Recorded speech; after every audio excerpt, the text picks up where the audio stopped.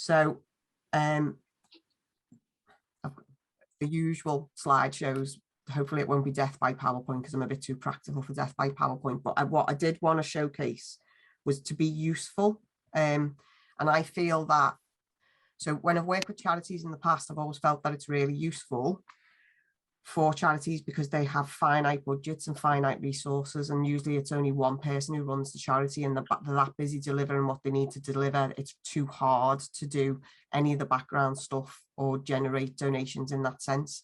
So a few weeks back, Gemma and I met and we discussed about ways that could help charities with marketing, and there is a saying called always on marketing, and I thought that would be worth us covering. So optimizing your charity's presence online. So there's a number of ways to do that, and these are the top tactics to do that. So always on marketing is just that. It never goes away. It's always there. It's not Facebook Lives. It's not 20 minutes of a Sunday. It's there all the time, and it's there to be found and be pursued. And the best so what we discussed was the agenda for this session was email marketing, newsletters, how to increase your exposure, how to be everywhere when you don't have resources, and what works where, which is always my favorite one. And to a degree, the social platforms and what works where, because I think every charity is unique in terms of the people it's trying to help and the people it's trying to reach in terms of donations. So it needs to be in the right place because you can't always spread yourself too thin. So always on marketing is there 24/7, 365 days a year.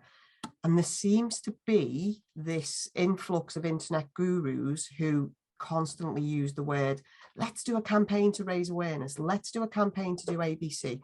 Let's do a campaign to work with other people. But it's there, it's done, it's dust. Within 10 minutes, it's gone. Everyone's forgotten about the campaign that you've just done. Is it not better to have a balance between investing in something that's always going to be found and be helpful, and also drum up some business? So I just think it's important to establish the difference between campaigns and always on marketing, and they both absolutely have a place. But if you think on return on investment, a good return on investment for always on marketing will pay itself for years and years and years. So it's always a good strategy to use. Okay, so this is me indicating noise. And Neil, at the beginning of this, we had a chat about how noisy things are and how many notifications you get, etc., etc. Social is everywhere, but there are some very simple things you can do to make sure that your marketing is there all the time. My favorite one is chatbots. So my favorite one is chatbots. So if I was to go to, so I was in HubSpot this morning because I was looking at their resources. So here we go. So this is a chatbot, and this is in the corner. And if you do this in a clever way, it can make you seem like you're there 24/7, because if you ask the right questions, people will think, actually, I need that advice. So HubSpot's clever. I've landed on a resources page, and the question it asks isn't, oh, do you want to buy HubSpot? No, it's the resources on that page. So if a charity had a page that was offering advice or services, or even asking for donations, that chatbot can be programmed to ask a specific question in relation to the specific page. And that's free. That doesn't cost anything. It's a piece of code that will work on 97% of the world's websites, and it's completely free. So I always recommend free, by the way. I would make a terrible software salesperson because I always recommend free. But that's one strategy of always on marketing. Email signups. Now you're going to think I get paid by HubSpot here, but I don't. But email signups, what an email newsletter allows you to do, and it was specifically asked for me to cover this in the agenda. What email signups allows you to do is always be there. So if you have a newsletter, you are more likely to keep people engaged and keep them coming back for more, and you then have their permission to tell them all about yourselves and market to them on a regular basis. So MailChimp, HubSpot, Sendinblue, all free for a certain subscriber number. We'll go into more detail in a minute, but I'm just introducing you to tactics of always on marketing. Blogging is often completely underutilized. So creating website posts and creating website blogs will keep you in the public mind for years to come. And 500 words and an hour and a half of your time, however much that might be, and you can literally be there for time immemorial, is probably your best investment if you have a website. We've just talked about social media, how it disappears within a few minutes, how the Facebook Live's gone in the blink of an eye, but a good post on your website, which is helpful and useful, will bring you traffic for years to come. So will bring you people who are interested in you for years to come. And then the must, which is always completely overlooked, is you don't know you're always on if you're not tracking. And Google Analytics is a free tool. It's not complicated. It's genuinely not complicated to install. Most people like Wix, like WordPress, like GoDaddy, Shopify, all the big website builder companies will literally allow you to create an account and do it straight from your website. And you never need to go to Google Analytics. Although if you're a digital marketer, then you do. But if you're a charity, you don't. And it's all there and it's usually within your dashboard. So I brought that in because of the bounce rate question. So we'll go into more detail of these tactics as I go through. So why do we bother with always on marketing? And it's funny because when Neil said before about, oh, there's just so much going on, this is what happens in an internet minute. 4.1 million YouTube views in a minute. Instagram, 46,000 posts in a minute. Netflix, 70,000 hours of TV watched. 3.5 million searches in a minute. How do you cut through if that's 60 seconds of someone's time? And it goes back to my point of always on marketing. And it kind of goes back to my point of websites, because all of these 16 million text messages, YouTube views, apps downloaded, these are all just noise. But of them 3.5 million people searching, some of them might be searching for what you offer, and you could take that opportunity to put their eyes on what you do. So I said we would look at email marketing. It's one of the best and cheapest strategies for reaching people on a continual basis. So what we need to remember. So I had a question about a week ago. And the question was, Lynn, we sent out almost 1,000 emails and we got 20 opens. How do we actually get people to open our emails? We got 20 opens out of 1,000. I was like, that's tough, isn't it? And I said, can I check a few things out with you? I said, the first thing I want to check is, do you personalize your emails and are they mobile friendly? And they were like, I'm not 100% sure what you mean, Lynn. So I was like, did you send yourself a test email first and check it on a mobile that it worked? And they said, no, we didn't actually. I said, okay, well, next time, do that first. And that was the tip number one. No cost involved, just a couple of minutes, okay? Because 50% of all emails are actually opened on a phone now. And again, Neil, it was fascinating because before you said, oh, I get so many notifications on your phone. You're not even thinking about a laptop. You're thinking about when you're getting buzzed on your phone. So 50% of all, so make sure it works on a mobile. Send yourself a test, make sure it works on a mobile. Okay. The second tip I gave them was did you use the person's name? And they said, well, yeah, we did. We said, dear John, etc.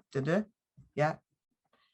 Okay. Said, would you consider using the person's name in the subject line? And they said, we don't know what you mean. So personalization is a message that reaches the right person.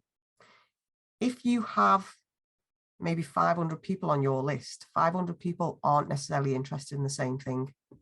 You are able to divide up your list between people who've donated previously and may be interested in donating again, and people who may have utilized or needed your service or needed your advice in some way, and separated the two. First of all, you're personalizing it and personalizing the message to them people. The second tip of personalization was to put the person's name in the subject line. This was actually a business to business person. But business to business, I know how many. So I once surprised some of my learners by telling them I get 350 emails a day because I have 3 email addresses, including the work one. So hardly any of that ever gets opened. It's just select the box at the top, delete, because I don't have time. However, I only have subject lines showing. So in that subject line, if someone says, hi, Lynn, did you know? Or hi, Lynn, we have this, I am more likely to open. Okay, so could either of yous or any of yous just hazard a guess as to how making sure something was mobile friendly and putting, so in this case, it was a strip of code. So it was hi, this was MailChimp, and it allows them to do hi F name, which means hi first name. So it tells MailChimp to pull through their first name. So I don't know, I can't see the chat, but if anyone wants to hold out fingers for numbers or whatever, or tell me, how much do you think that improved their open rate the next time they sent an email? 100 times? Is that a 1? Yeah. So we'll have it in digits because it was in the hundreds. So let's hold up some digits. 500 times. Okay. 1,000 times. Not that good, mate. There's only 1,000 people on the mailing list. Okay, shall I tell you and put you out your misery? 700 opens. I surprised myself. 700 opens. Yeah. So mobile friendliness and that personalization. Okay, it's anecdotal evidence, but I've got anecdotal evidence that went from 50 to 700 from a same 1,000 people email list. So if you don't take anything else away from today, please do take that. Okay. There's a trend for under-designed emails. Again, that's just trying to make it look personalized. And we all need to be aware that, and I'm not going to use the word because it'll go off in the living room because it does every time I use the word, but we've all got various voice assistants at home now. And we said before about I was talking about audiobooks, we were talking about podcasts, We're going to stop one day having these in our ears and our little speaker in the corner of the room is going to do it. And we're going to say, hey, Alexa, because she's upstairs, so I can say it. Hey, Alexa, please read out my email. And it's going to happen. That's what's going to happen. So that's what we need to be prepared for. Okay. So again, I'm all about the free. I found this table, which was a comparison table. So me personally, what I would highly recommend, MailChimp, Sendinblue, and HubSpot. And they offer free email delivery services. The reason why I specifically mention these 3 is they are very simple. And I know I'm a coder, but they're very simple to take the code MailChimp gives you and put it on your website as an email subscribing form.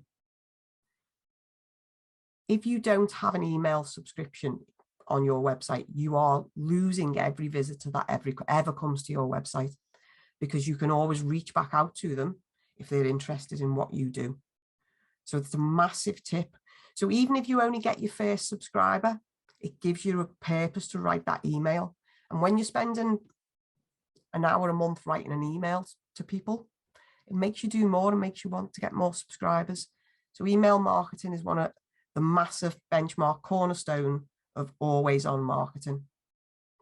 And as you can see, various length of plans, various amount of subscribers, and all, you can send so many emails a month for free. Won't cost you anything. I'm happy to circulate the sway later if anybody wants it, and the links and my resources are all in the bottom of it, so you'll be able to see it later on. Okay, so I was on marketing. One of the topics was how to use social platforms for exposure. So social platforms aren't necessarily always on, but they are a good way of reaching people. But the first question I get from a lot of people is, Lynne, we've got to do this. We're not on TikTok. Lynne, we're not doing this. Lynne, we're not here. We're not there. We're missing out on people. And this fear of missing out literally handcuffs people, and they think, I need to be there. And the reality is you don't. You need to be where your audience or the people you are going to help are going to be. And you just need to answer the right questions to decide on what that is. And if there's a platform where people are never going to be, people might still seek you out, but have a placeholder, have an image, set up a profile, have the image say, sorry, we're not big Twitter users. Please come and see us on Instagram, and put a visual or a link if you can into that platform. And then that way, if someone does stumble across you, you know, from a third party share or whatever that is, they will know, okay, I'll go and see them on there. Don't worry about not being in the right everywhere at the same time. And one of the worst things you can do potentially is share from one place to the other. So I see so many people who go, oh, we need to be on Instagram. Let's just push it to Twitter in case. It doesn't work. They don't transfer across the same. They don't have the same target audience. They don't have the same meaning of the links or the pictures. They don't display them in the same way. It's better to concentrate or split them up in some way, or use a tool that helps you to post across platforms. Hootsuite's a great tool, it's free. Buffer's another great tool, it's free. So this is where people are at. So I mentioned a moment ago, don't worry about where you need to be. So Snapchat, only 538 billion users. Does it matter if you're not on Snapchat for some charities? No. Do you need to be on Facebook? Yes. You absolutely need to be on Facebook. Do you need to be on YouTube? Yes. If you can, try to be on YouTube. If it's appropriate for your business, try to be on YouTube. It's the second biggest platform. It's the second biggest way to gain exposure, because it's exposure that we're talking about. And when I say be on YouTube, put something useful on YouTube. If you're a charity that does a certain thing that is useful to people, put that, whatever that useful thing is, into a video. I can promise you, you can use tools like Adobe Spark for free to almost create a recorded PowerPoint like I'm doing now. Nobody has to speak. You can pick some jazzy music and you can put some slides in that are useful. You can put the right keywords in, and you might just help someone who needs what you do, and that will give you exposure. WhatsApp's strange as a platform because people don't think of it as a social media platform, but really it is. If you have customers, clients, or service users on your phone and you want to reach them without reaching social networks, if you've got their phone number, you can push the group message. It's like a social media post. So you can use WhatsApp. Most businesses can use WhatsApp if they have them numbers. Instagram obviously is the other big one. Facebook Messenger is the same thing as WhatsApp in that sense. WeChat is not particularly massive in this country, but there we go. As from last October, TikTok became one of the big 7. So TikTok became a platform that went into 1 billion users. So please don't rule out TikTok just because you're unfamiliar with it, because you'd be surprised at the demographics of people who use TikTok. So don't overlook it is all I'm saying. I haven't got time to go into it here, but don't overlook it. Okay. So the next question is, how do I get exposure? How do I be always on marketer? So what should I actually put? My third biggest question that I get as a general rule is, Lynne, I don't know what to post. Lynne, can you give me some ideas? I've no idea what we need to do for X, Y, Z. And that's the question I find an awful lot. Okay. So each platform has its thing. That's a really technical term because, as you know, I'm a digital marketer, but each platform has its thing. So that means it works in a certain way and reaches a certain audience. So there's a little breakdown of what each platform is and what people use it for. Because what I want you to consider when you're considering using social media platforms for your charity is consider why people are on it in the first place. Very often we're told we need a brand. We have to know what our brand voice is. We have to know what our brand message is. We have to say things in a certain way because we have to appeal. When it comes to platforms and gaining exposure, because this is what we're talking about, flip it. It's not about you. It's about them. It's about who you want to reach and how you're going to reach them. So flip the coin. So why do people use social media? Why do people use Facebook Messenger and Facebook? They use it to message friends and family. They use it to post and share photos or video. They use it to keep up to date with the news in the world. Should you be on Facebook? Are you producing news of some sort? Are you trying to reach out to family and friends? Are you trying to reach out to people who need family or friends or need connection? Facebook is a good place for that. Okay. Instagram. Why are people on Instagram?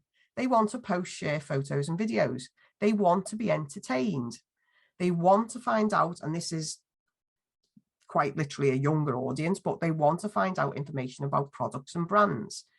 If your products and brands appeals to a younger audience, you need to be on Instagram. You might favor Instagram over LinkedIn or Twitter because you can't be everywhere, but you need to consider why people are on there.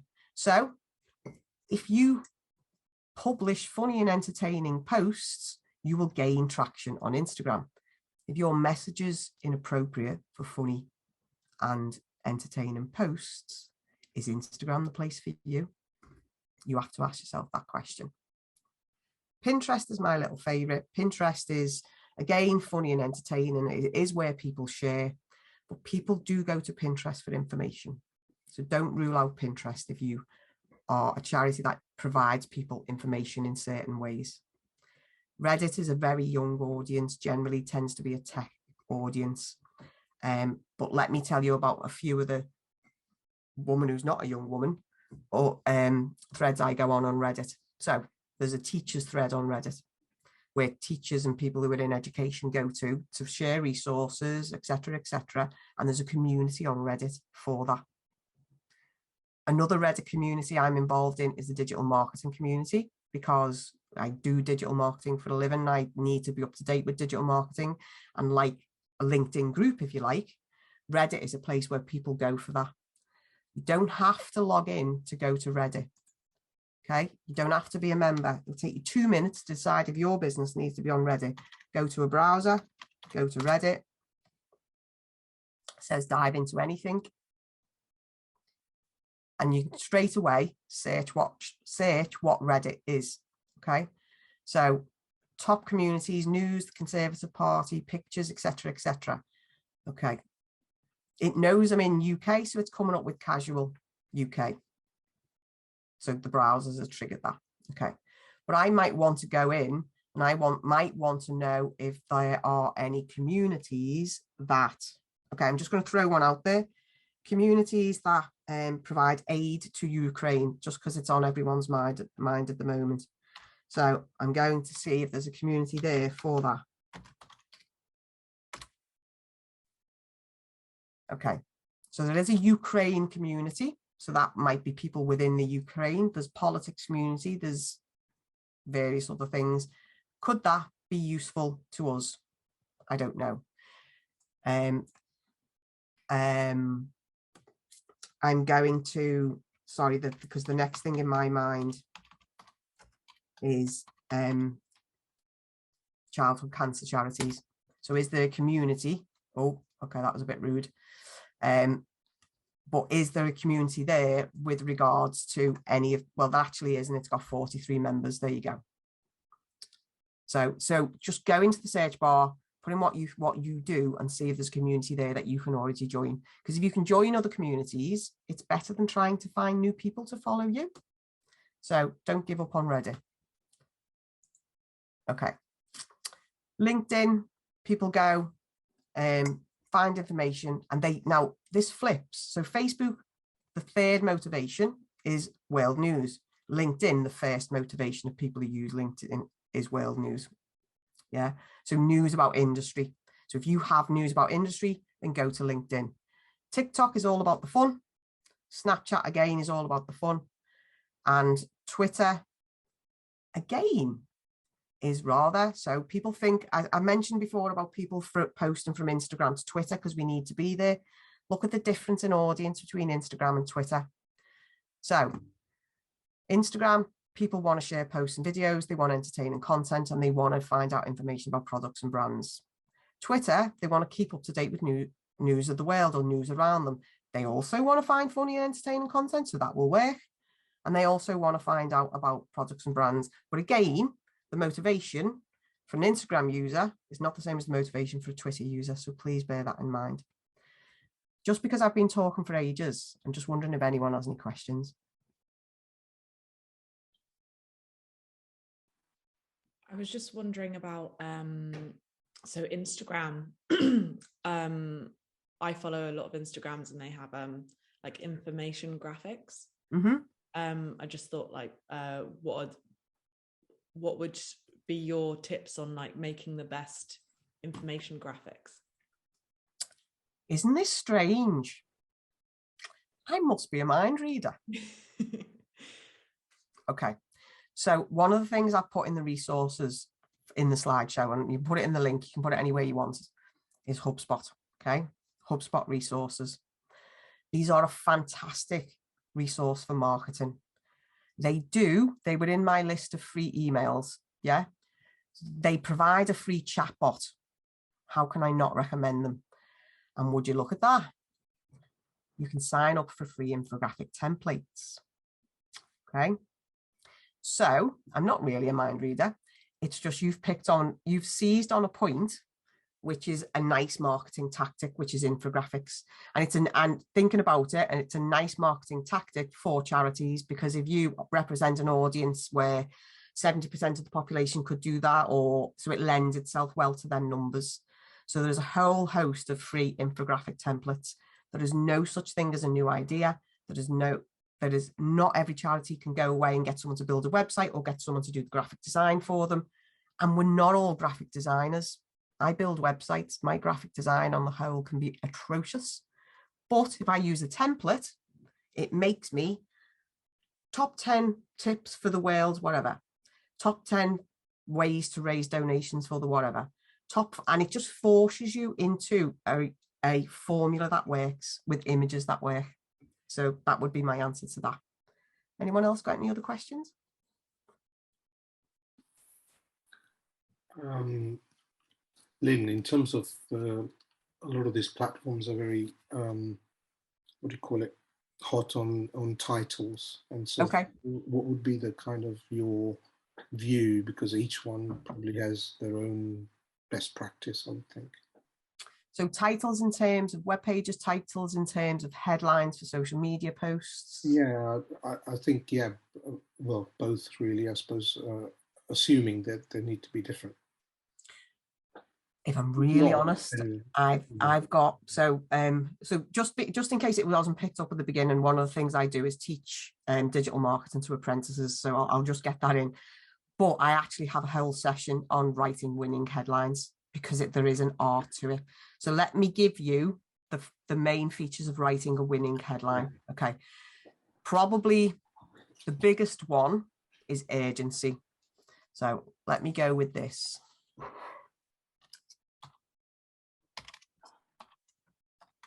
Let me see if anything comes up.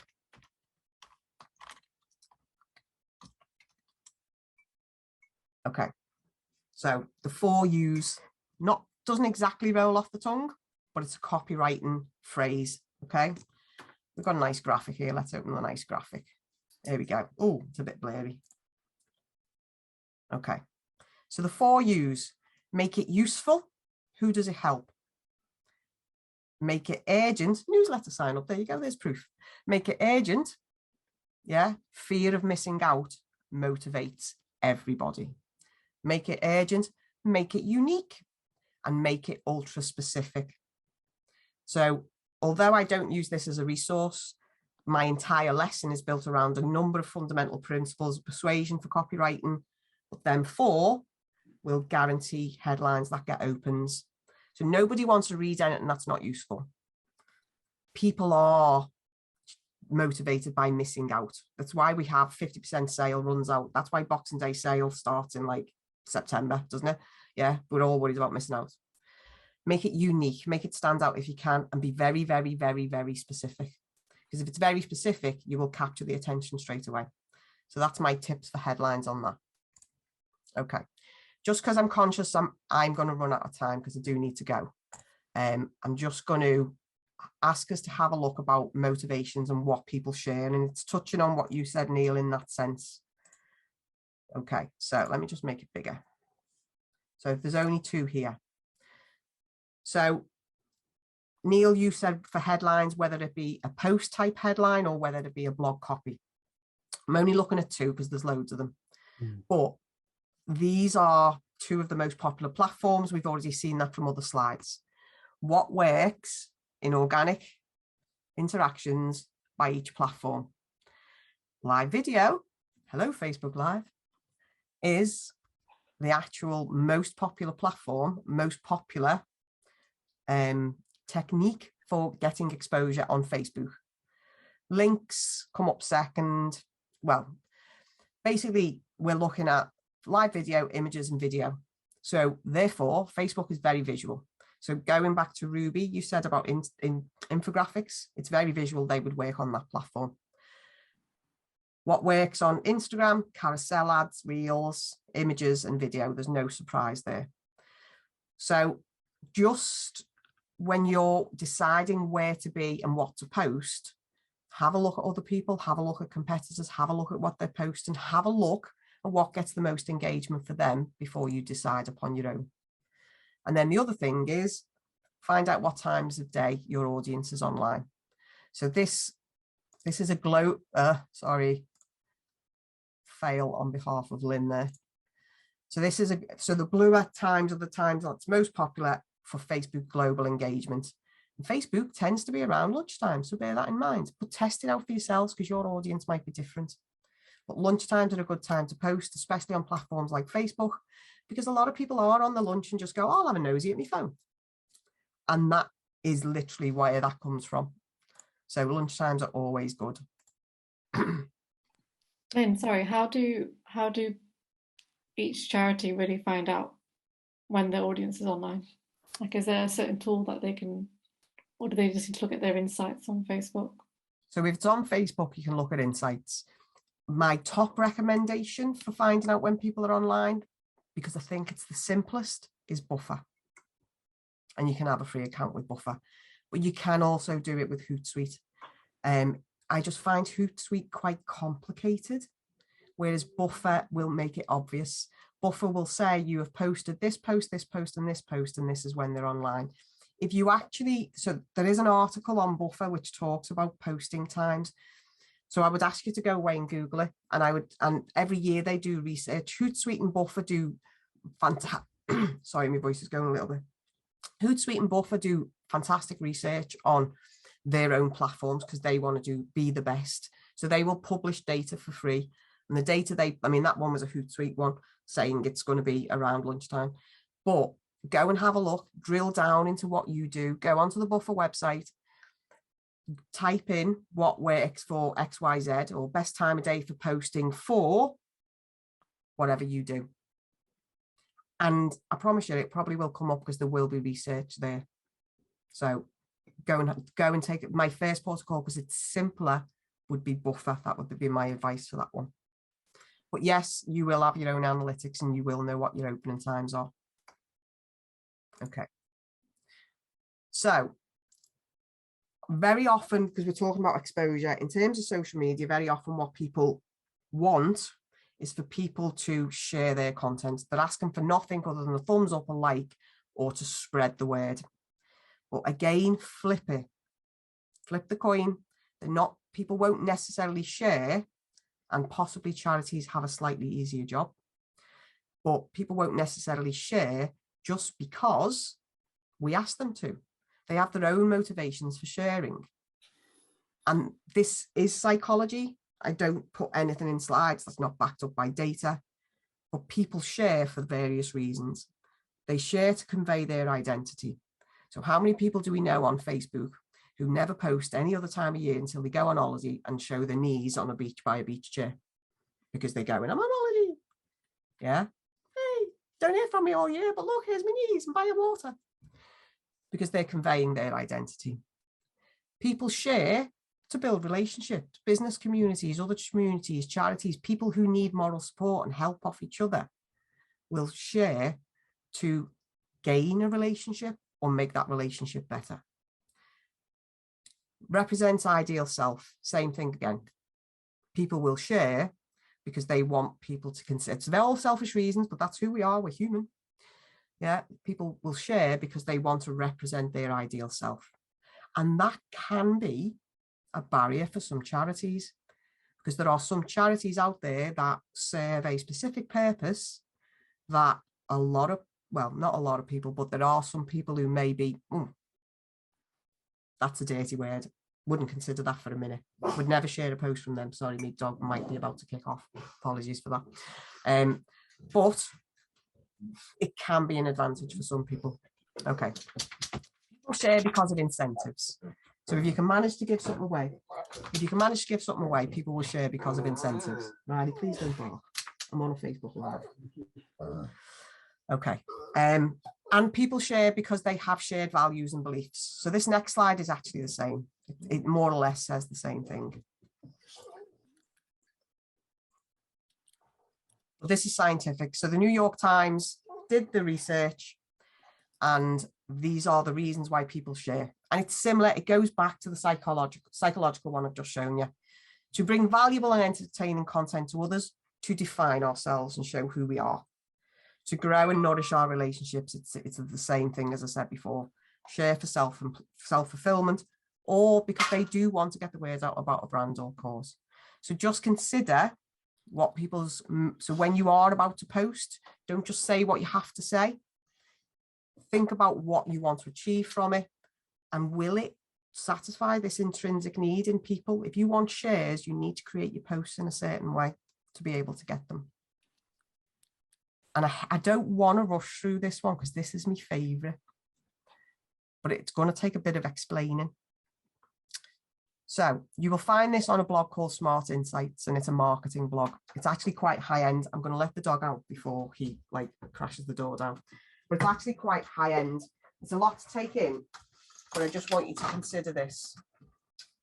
So not the greatest image you'll ever see, but so Ruby, you mentioned infographics before.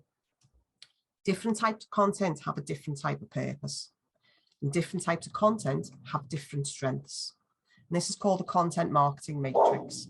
So this applies to, I'm going to shut the door so the dog doesn't bark. This applies to content you create for blogs, but it's just similarly can be used for social media. So when we create content, we're trying to achieve a goal. So emotional content through to rational content, the axes on the left, awareness through to purchase.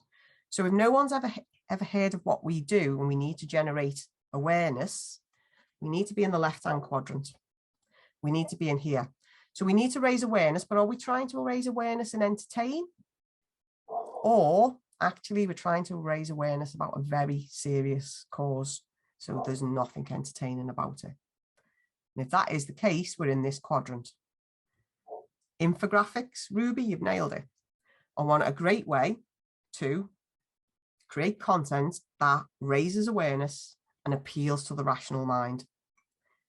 Guides are a simple way to, and a guide could be top 10 ways to, so let me think. So a charity might be raising awareness for a certain thing. So it would be top 10 ways to engage with your practitioner, top 10 ways to get support for such and such, best ways to deal with XYZ. So guides are a great way of creating informative and rational content. Once people stumble across them guides and it's being useful, sometimes people will say, okay, you know what, that was really valuable to me. I'm going to pass that to our such and such. That's a great cause. have a donate button on the same page. Okay. Trends and reports, again, in this sector, raising awareness. Trends and reports are fantastic for that, as are possibly press releases and possibly ebooks. Okay, so let's flip that. Let's say we want to inspire now. We want to inspire people to purchase. In our case, it's inspire people potentially to donate. Okay, so that would be calculators. Calculators are fantastic. I love it when charities say, you can donate £1 and we will provide a pen and pencil for somebody. You can go donate £10 and we can provide exercise books for whatever. And obviously I'm using that example, but you can provide £10 and we will use it for X, Y, Z. If you can afford £50, you can make a difference to all these users. So it's not a complicated calculator. There's no code, no nothing involved. You're just equating what people donate to what can be achieved from that donation. And that will often inspire people to purchase. So this is this quadrant.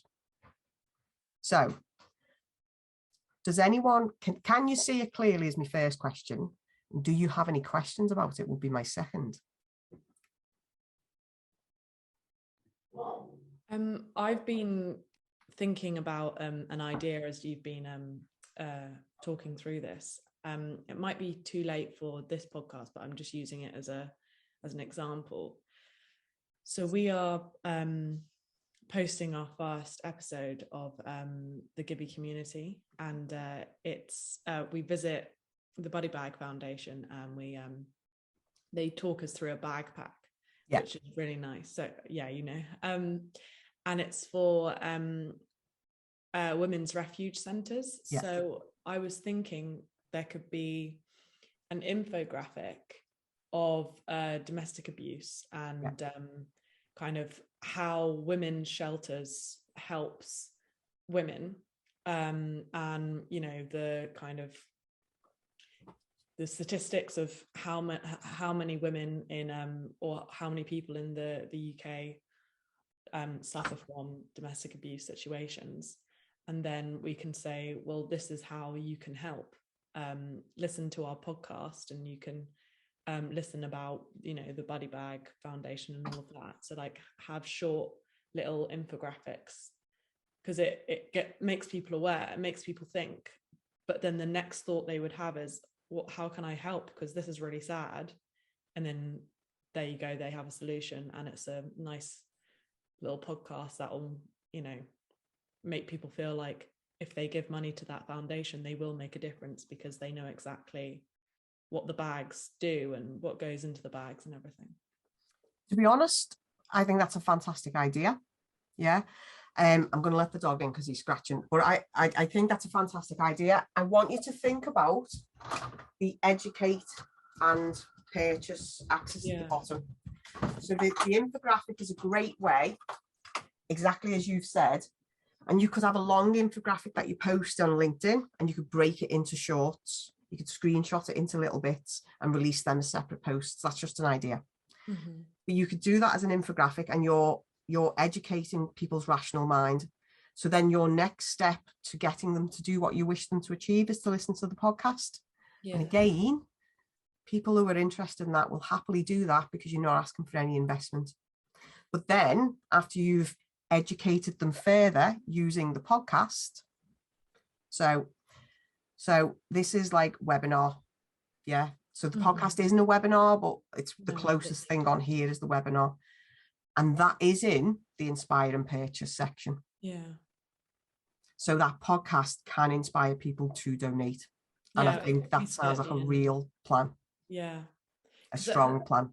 I was thinking about Instagram posts, and I found it interesting how you said the carousels and videos do well on Instagram. And I know that they're the ones that get the most views, but I use Instagram quite often, and I follow a lot of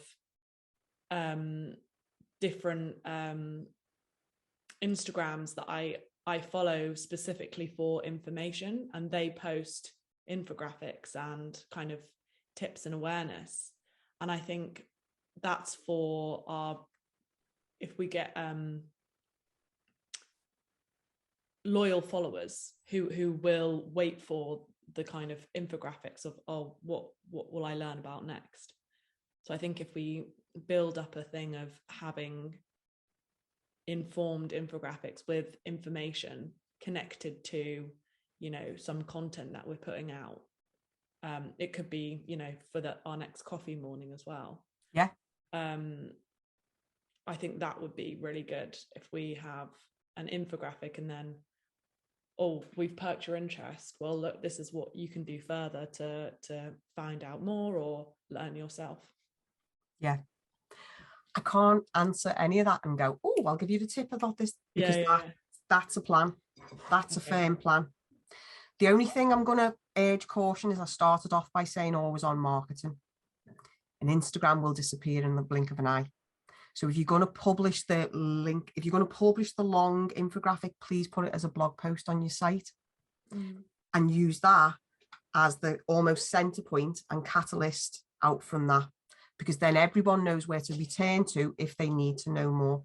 So I'd ask you to consider that, and that would be the only thing I'd say. Okay. Yeah, if it's possible to do the infographic as a blog post on your website and then send it out from there, because that way you are generating traffic. Well, we could break it down into slides. So you know how Instagram has slides, we could have like one slide of an infographic and then another slide. Yes. Yeah. But so never build a house on rented land. I'm sure Gemma will have heard me say that before. You don't own social media. You own your website. So never build a house on rented land. Yeah, we should put it on a blog post as well. Yeah. Okay. I'm sorry, but I do need to shoot.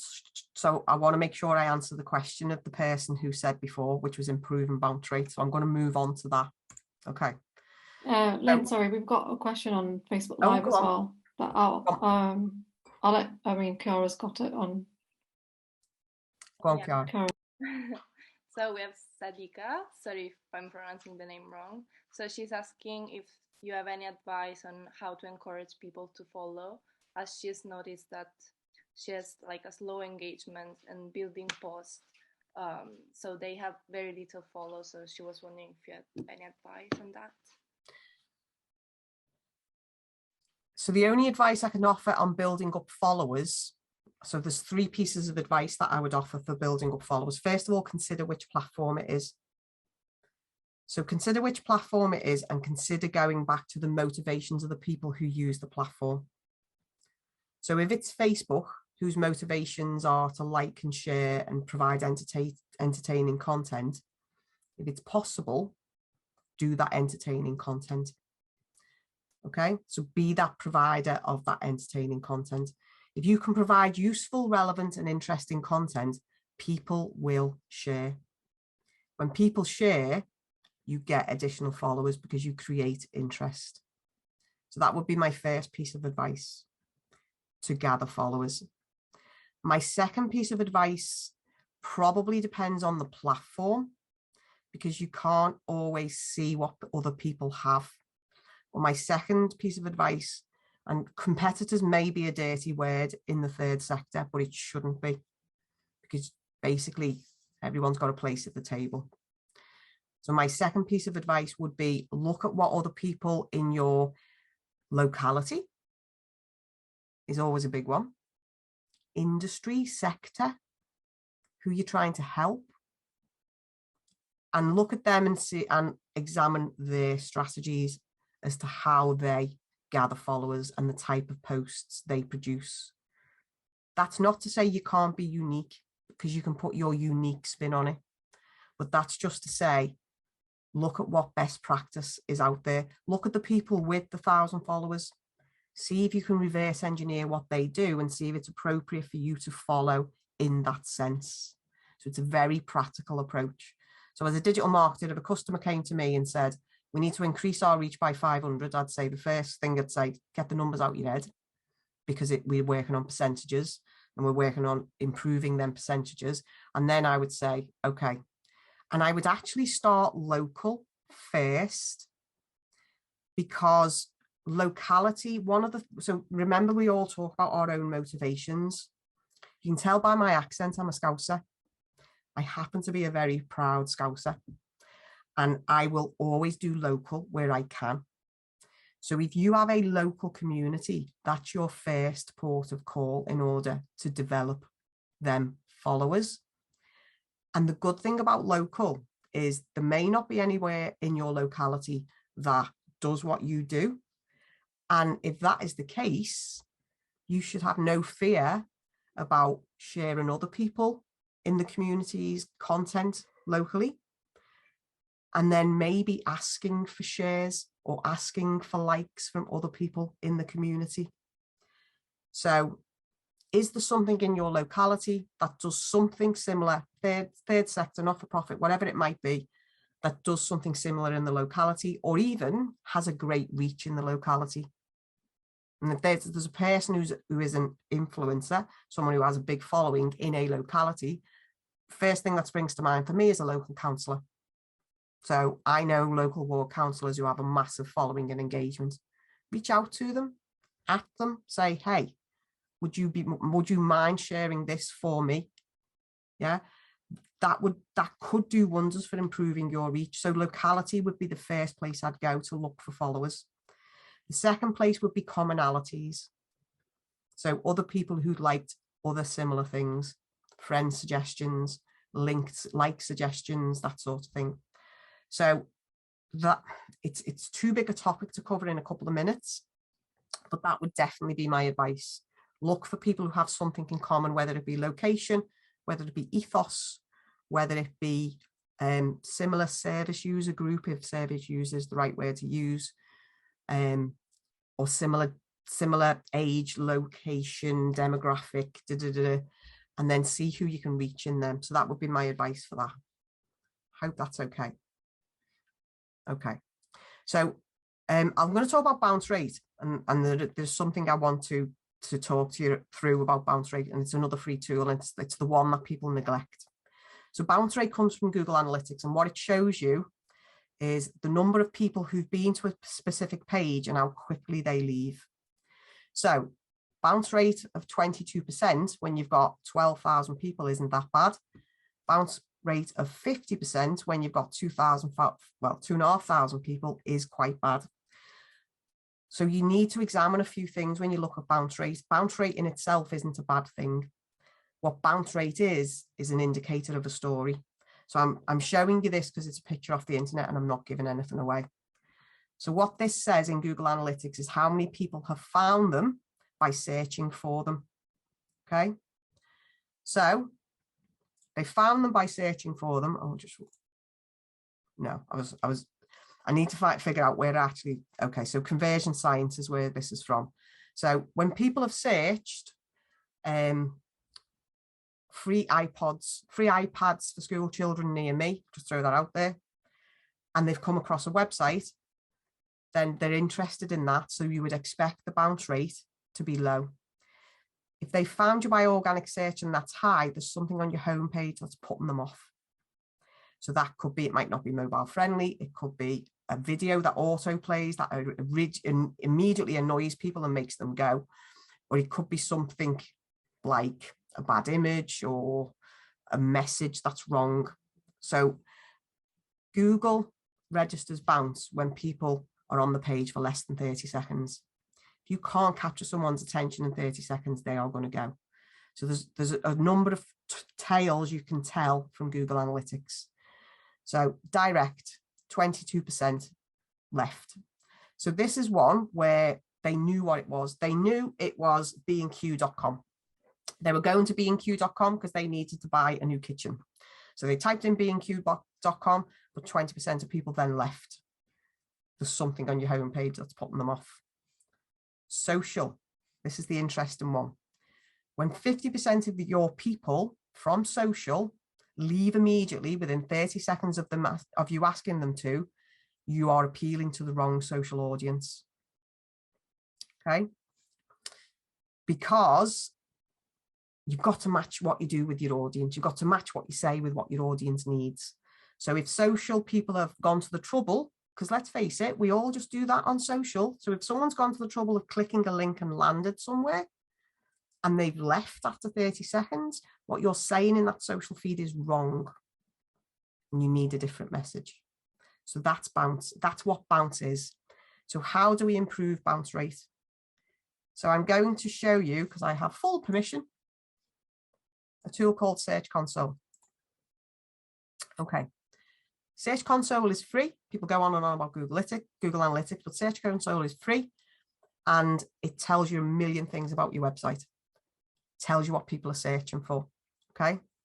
So this is nearly 4,000 web clicks. There's little spikes in numbers as and when. On the left-hand side, it talks about page experience. I said before, is it mobile friendly? Is it not mobile friendly? So this website, and I've got permission to show it, isn't performing well. Well, it's okay for mobile usability, it's okay for security, but it's not performing well because it might be a little bit slow. Desktop, yeah, it's not performing well. Security, it is performing well. So I would urge people to do just a little course, get Google Search Console on the website, and on the left-hand side, gives you lots of suggestions of what could be going wrong on your website. So I'm going to go back to that one, and I want to show you this. And I want to show you this because this is the Liverpool site. It's actually my husband's, which is why I got permission. I never asked him, but he's my husband. Okay, so these are his top queries. Now, he's a local historian, so he writes about zoos, he writes about graves in Liverpool, and he writes about places in West Kirby, which is a part of Liverpool. What it's showing you is the queries people are searching before they land on his site. These are your keywords. These are what people are searching for you.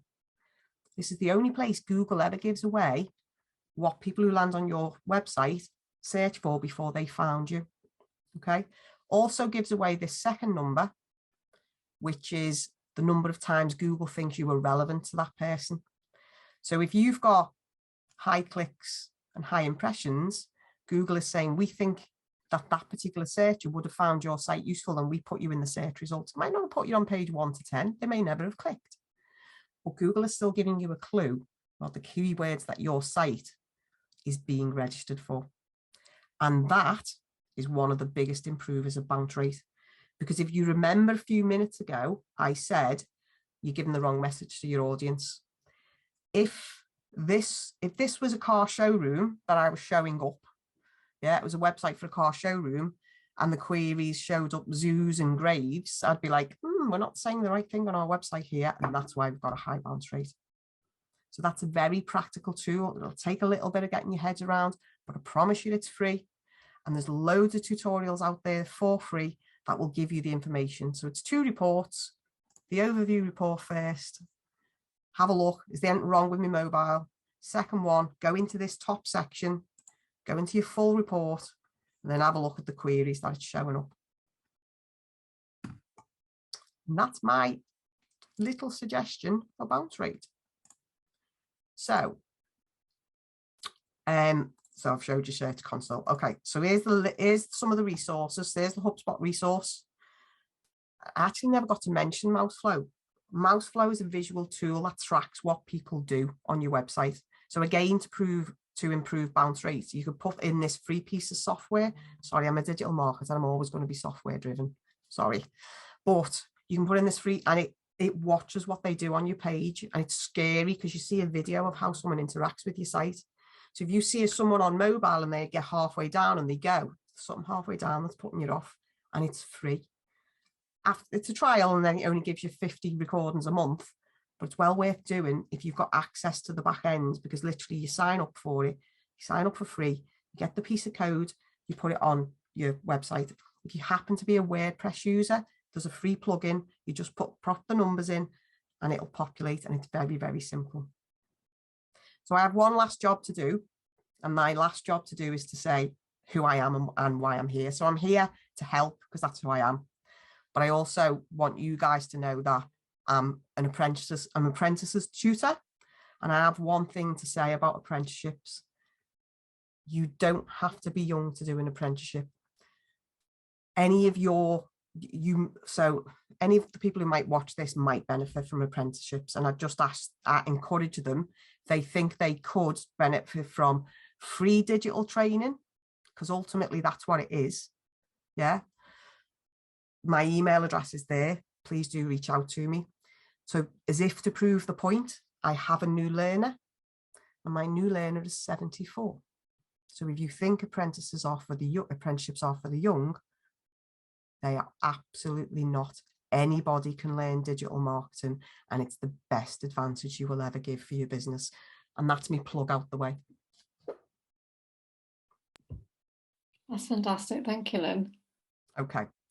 As I say, reach out to me. I hope it's been helpful, and I am going to have to go because I've got to get up to Warrington. No, thank you so much, Lynne. It's been extremely valuable. I'm sure everyone can agree. We've learned a lot. And thanks everyone for joining on Facebook Live. It's been a good experience. It's our first one. And we'll add the recording onto YouTube so people can see the slides and get in contact with you as well. Yeah, if they need to. Otherwise, we have everything on our Facebook group as well, if anyone's got any further questions. But yeah, Thank you so much, and hopefully we'll see you all again on the 6th of July, which is our next one.